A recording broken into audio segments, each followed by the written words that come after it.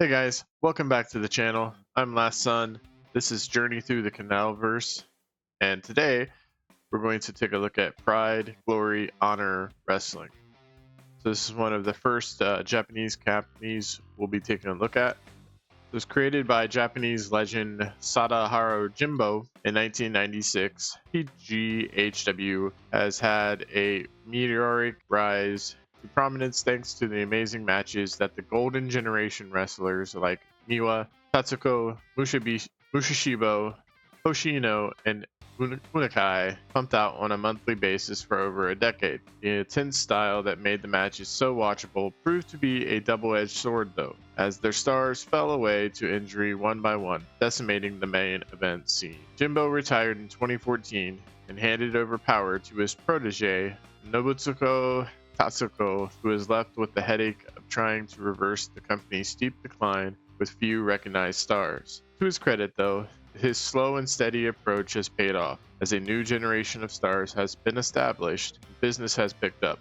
PGHW appeared to have turned the corner and are once again on the rise. So you're a medium-sized company, only 235,000 in the bank. So as you can remember, the top 7 companies in the world had millions. Now we're getting into the hundreds of thousands, and you're based in Kansai. So your size, you're 69s across Japan, 10 across the US and Canada and Mexico, 6 across the British Isles, 6 across Europe, 6 across Oceania, and 0 in India. So to achieve the next size, which is big, you have to achieve 77 popularity in at least 5 Japanese regions, which must include Kansai and either Chubu, Chugoku, or Shikoku. So you have 8 regions here. 5 of them you need to get at least 77. So you're not too far off, pretty close. Take a look at your coverage. You have medium coverage in Japan, obviously no coverage anywhere else. Your pay-per-views are on Pay-Per-View Japan, and your tour highlights are on Japanese Sports Vision 2. You only have to have a minimum quality of 17 for that one. 68 though for your pay-per-view events. Take a look at your events. So here's where you're going to see something a little bit different, and that's touring. In Japan, they set up tours, can be based around, like for example here, Night of Respect. So the Respect tour happens for that, and it can be 6, 7, 8, depending on I guess how much prestige and what they're trying to accomplish. It would depend on how much tour days they have. You can obviously add tour days to this if you really need to. Night of Pride is your season finale event, and it's legendary. I would say 3 months isn't a lot of time to build up a lot of storylines. You have a lot of tour days, and plus you're not required to run any storylines. Most of the Japanese wrestling, they don't tell the story through angles. They tell story through the matches and character development through matches. They will have, after the match, sometimes they'll have promos that they cut in the ring or in a post-interview type style that's going to have some promos, build some story, but a lot of their stuff is based around wrestling. And we'll see in the product here. It's Royal Puroresu. It's a very physical style of wrestling with an emphasis on brawling, impactful throws, and submissions. The use of in-ring psychology to tell stories is the absolute heart of everything. There's very little concession to glamour or glitz. You are a men only, you're old school, your face and heel is not enforced at all. So you'll see in real life Japanese wrestling, you'll see guys who are considered the face do some underhanded things sometimes if that story requires it that they're trying to tell. Could be that they're facing their rival, and the rivals had their number for multiple matches. They skirt that line and maybe add a little bit of darker heelish type bent to their wrestling. So it just tells that story that they're willing to do whatever it takes to overcome their rival. Fans are going to expect 100% matches on events, even on TV shows.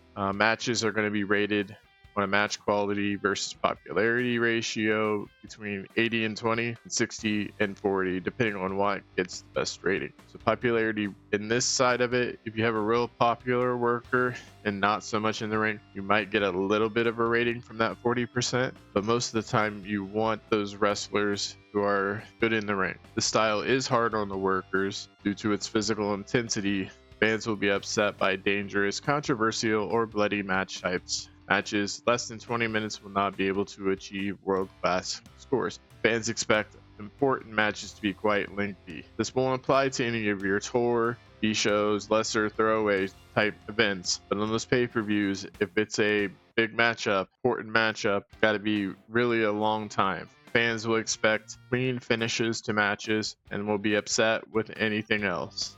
You will have quite a bit of penalties to a bunch of different types of matches. This product really only likes certain kind of matches, and they don't like the high spot, cinematic, car crash. They want things like steal the show. So gimmick matches, stuff like that might not be the best idea, because it says here, like match setups other than the steel cage will be severely penalized. Your gimmicks will have no impact, so you don't even need to worry about assigning gimmicks. Angles, if you do any, have to be really short or they're going to lose the crowd. And obviously stay away from the sex appeal type stuff. It's going to be penalized and rating is going to be limited. You're going to want to stay away from the use of crazy bumps and stump bumps. It's going to turn those fans off. So this product is pretty restrictive in what you can do and what your fans are going to be happy with. They're going to want just regular wrestling, stories told in the ring with that psychology of building a match, and lengthy matches for those important matches between your big stars. This is a very restrictive product. Take a look at your booking team. There's quite a bit of people here that you can add that will add some booking skill and even add more CE for you to use as you try to build these finishes. The good thing, I guess, if you're looking at it as a good thing, would be the finishes that you're going to buy, or the ideas, I should say, that you're going to buy are going to be basically creative finishes. You're going to try to stay away from the angle ones. You might be able to do character ones. Those two might be the only ones that you actually are going to concentrate on in this product. Your inner circle right now has 2 locker room leaders, Kozu Kawashima and Pride Kyoso. No enforcers. The only other thing you have is the senior referee field with Shihei Nagano. But you have a lot of space to add to your inner circle and give people those roles that might be able to build some loyalty with you. Take a look at the titles. You have the PGHW Elite Series. So this has a 78 prestige, and it's there's likely been more Match of the Year candidates during PGHW's Elite Series than any other event in history. It's so keenly contested that wrestlers always bring their A game and leave it all in the ring. It's a primary level achievement for male singles wrestlers. Compete for it annually at the Night of Pride. It's fought for in a tournament. There are weight limits for contenders who must be at least 190 pounds. And it was last won by Kitaji. Then you have an elite team tag team series. It's an annual event. It's probably the premier tag team tournament in wrestling history. Some of the best teams in the world try to pull out all the stops to win this. It's designed to be competed for annually at Night of Courage. And the last winner was Ryoma Murayama and Masura Ugaki. You have the Glory Crown, 80 prestige, current 4-time champion Kozu Kawashima. It's the main title. The Glory Crown is what it's all about. The list of former champions include all-time legends, and even getting a title shot, let alone winning it, is a huge feather in a wrestler's cap. You have the Glory Tag Crown. Right now you have the current 3-time champions, Bison Yano and Brute Kikuchi. It's one of the most highly respected sets of tag team titles in the world. It's been held by some of the best duos over the years in the world. So they're 3-time champions. Been going on for 251 days, 7 successful title defenses. You have the historical Japan title. Current two-time champion is Nobuyu Hikichi. It's the company's tertiary title and is mostly used to blood youngsters who the company is very high on. This reign has been going on 69 days, 4 successful title defenses so far. Then you have the international champion. The current champion is Avalanche Takano. The international title has never really caught on with the fans as anything other than mid-card filler, even though it's been held by some superb workers over the years. 132-day reign for Takano, 3 successful title defenses. So you have a pretty good mix of titles and achievements like awards, trophies to play with here with PGHW. We take a look here at your roster, and we have filtered this for anybody with 70 or above star power. You have quite a few here. A lot of these guys are going to be your big name, your stars, well-knowns at the very least. Possibly some younger guys here in this list, but you have people like, what I'll do here is I'll go through the list and show you guys the stats. If you want to pause on any of these guys so you can see their stats, we can do that way. So you have Avalanche Takano, Bison Yano, Busho Maguchi, Kojiro Kotaji, Danny Kavanaugh, Hironobu Kobayashi, Kazu Shige Matsuki, Kozu Kawashima, Magnum Kobe, Masaru Ugaki, Noriori Sanda, Ryoma Muruyama, Sato, Seiji Jimbo, Shinji Mihara, Tetsunori Yasuda, William Hayes. These guys have all pretty big star quality. These are going to be kind of like the stars or stars you're going to build around. This is basically your major stars and stars. These are going to be the individual workers when they're facing each other. You need to have those lengthy type matches because the fans will expect that. So you have Busho Makaguchi, Kojiro Kotaji, Kozu Kawashima, Magnum Kobe, Masaru Ugaki, Ryoma Hiroyama, and Seiji Jimbo. I might be butchering all these guys' names, but just give me a little slack in the comments. Take a look, basically from well-known to recognizable. This is going to be your mid card.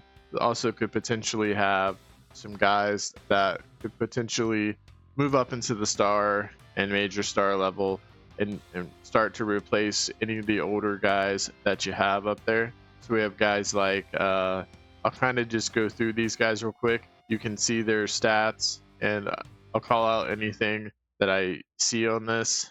Kwakwami here is 40, so he's probably going to be one of those individuals that's going to be like the final boss type of the mid card. So the younger guys that you're wanting to potentially, push into that star level, he would be someone that they would like probably face before they move up. Avalanche Takano here's 27, Bison Yano's 32, Root Kikuchi's 31, Danny Kavanaugh 38, Dean Wardorf is 36. The ring generals here, I like those guys. Ian Miyamoto's 35, Gomon Komina 35, Gonohio Okada 41, Hiranobu Kobayashi, he's 29, so he's potentially a younger guy that you could potentially build around.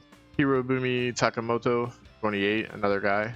Hirokazu Yamano 46, Hirosugu Sato 26, Hitomaro Suzuki 37, Kazushiji Matsuki 36, Mamoru Nagahama 46, Arm Statler 36, the other member of the Ring Generals. Nobuyu Hikichi's 23, so this is a very young wrestler, one of the brightest talents in the company.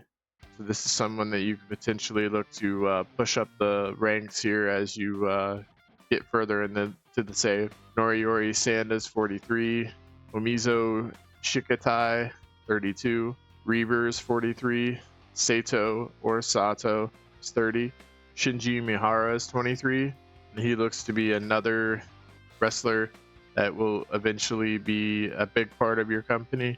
He's got huge star quality there, pretty good fundamentals, so that would be someone I would look to push. Shozo Furuta is 26. It's another decent looking prospect. Simon Flemingway is 36. Stone Yoshikawa 40. Tetsunori Yasuda's 37, Totoya Munakata 35, Tsurayuki Kamachi's 35, William Hayes 42, Yuri Yoshihara 23. It says as soon as he's come back from excursion, he's begun the slow process of working his way up the rankings. He does have some pretty decent looking stats. He's going to kind of be limited by that lower star quality, but he could be a really dependable member of your roster. Take a look here at the unimportant. So you have people like Cub Balowitz 32, Kaiichi Tagawa, who's 20, Matt Blackburn 21, so Pavel Vansika, probably butchering that, but he's 30. So not a lot of long guys right here, right now. That's going to be because you have quite a few guys here on excursion. Guys like Minoru Nakahata is going to come back soon, sometime in probably late January is when they expect him back. Hiroki Machida is September of this year. Shinsaku Nozawa is October of next year. Daigo Goya is set to return in June, along with Masatoshi Kamimura, same time in June that they could return. So you have quite a bit of your younger wrestlers on excursion right now, and they'll be coming back. We take a look at your franchise players are kind of who we expect, those bigger name stars of the company, guys like Kozu Kawashima, Masaru Ugaki, Trojiro Kataji, and CG Jimbo.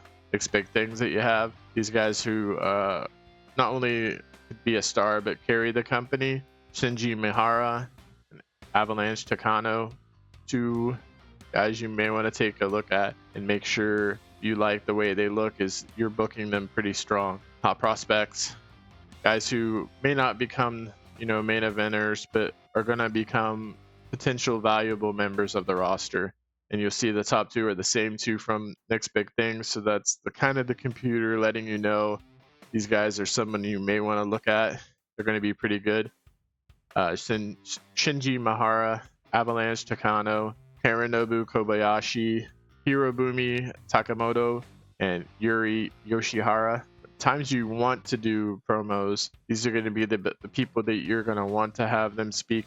These are the guys that you could potentially further some stories along with, like a backstage interview after the match, or even in the ring after the main event.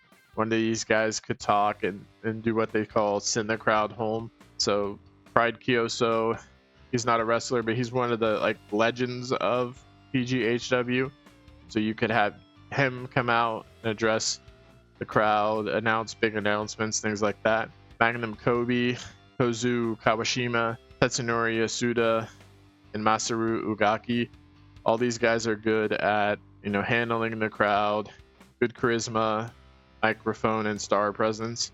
Showstoppers, the guys who can truly steal the show: Magnum Kobe, Kozu Kawashima, Busho Makaguchi, Kojiro Kataji, Masaru Ugaki. All these guys are going to be someone who can raise their performance, steal the show, and give you some of the best performances of the night. Your ring generals, guys who can be relied on to carry other wrestlers: Masaru Ugaki, Kozu Kawashima, Busho Makaguchi, Kojiro Kataji, and Akinori Kawakami. You have some people here who have some pretty good momentum, and thankfully for you, nobody shows up on the who's not list, so you don't have to worry about trying to build up some momentum for some of these guys who have no momentum at all. Your figurehead is a very important part of Japanese wrestling. If you can find one that will just basically add all kinds of good bonuses to your marketing and merchandising, boost your business, boost attendance when they're on the show. You could do storylines. Just because they're not required doesn't mean you can't do them. Teams, you have a couple teams, some here probably with really good experience, like Kitoguchi, which is Chojiro Kataji and Buso Makaguchi. They kind of both came up and started together and started teaming together for a very long time. They have 100 experience. You have Kobayashi and Kamachi, 72 experience. Kawakami and Sanda, 92 experience. Mihara and Furuta, 42 experience. Murayama and Ugaki, 100 experience. Reaver and Flemingway, 38 experience. The Ring Generals, 100 experience. Yano and Kikuchi, 100 experience. Yasuda and Takamoto, 52 experience. So you have a lot of guys who are very experienced teams because you have that Tag Crown, the Elite Tag Series. That's a very prestigious trophy that you would want to have tag teams. You're also going to want to put your stars together and create some teams so that way you have teams for that Elite Series. So another thing that Japanese companies will do sometimes is they'll take a young guy that they consider to be a potential star, and they may team him with a more established star, maybe even a major star, to get them that rub on popularity, and you can then push that younger star up the card by having him team with that major star and beating these other teams. They won't get so mad because that major star is involved in the match, so he could gain that popularity, boost just by being in the team working against these other teams. You don't have any child companies, you don't have a developmental training facilities. You do have the PGHW dojo. It's one of the most highly respected training facilities in Japan and produced such fantastic talents such as Pride Kyoso, Ryoma Murayama, Akanori Kawakami. It's brutally hard. Not many survive to graduation. Those that do are generally fantastic young talents, sometimes called the chop shop due to how many knife edge chops the students have to take over the course of their training. It's been open since 1996. It's at 70% training level, 25% facilities, so you only expect to get 3 right now to graduate. They will graduate in March, and you can see here the styles that these guys will learn in this school. So this is something, if you can start building up your money, you could start upgrading these to get better and more graduates. Something that you'd potentially want to do with this company. The nice thing in TEW IX that we didn't have in 2020 is the concept of touring contracts. So we take a look at the roster. Pavel Bachinka, so he has a handshake touring deal for $30 per show. It's ongoing, but you can set these up to where it only goes for one specific tour. Maybe it only goes for the Night of Pride tour, and then after that tour, that worker leaves the company. You can bring them back, but this is a way that you can bring some fresh talent in, especially for potentially that Night of Pride where you have the Elite Series. You could potentially bring in a few outside guys to work that tour, be in the tournament, and add a couple fresh new names every once in a while to the roster, giving you potential other matchups that you haven't seen and could potentially take advantage of your stars or your mid card working with other people and giving you a little bit more freedom and not having so many stale matchups, things like that. So it's something to keep in mind as you work in these Japanese companies, is that you get touring contracts now that you can set up. And I think we'll see in other ones that are only set up for a certain tour, but you could definitely set up things to where you can have ongoing tour deals, and you can have ones that are just set up for one tour. You're going to want to make sure that you hit really well on your events, though, your pay-per-views, because that's where you're going to get most of your popularity, most of your money. Most of these tour events, you're going to sell very thousands of tickets, sometimes less, and that's considered a success, because when you get to that event, that's where you're going to sell a lot of tickets and potentially get a lot of your popularity and momentum building on those bigger events. So just keep that in mind as you're booking these Japanese companies. If you guys have any other tips and tricks for booking Japanese companies and touring. Leave them in the comments below. While you're there, why don't you go ahead and give the video a thumbs up.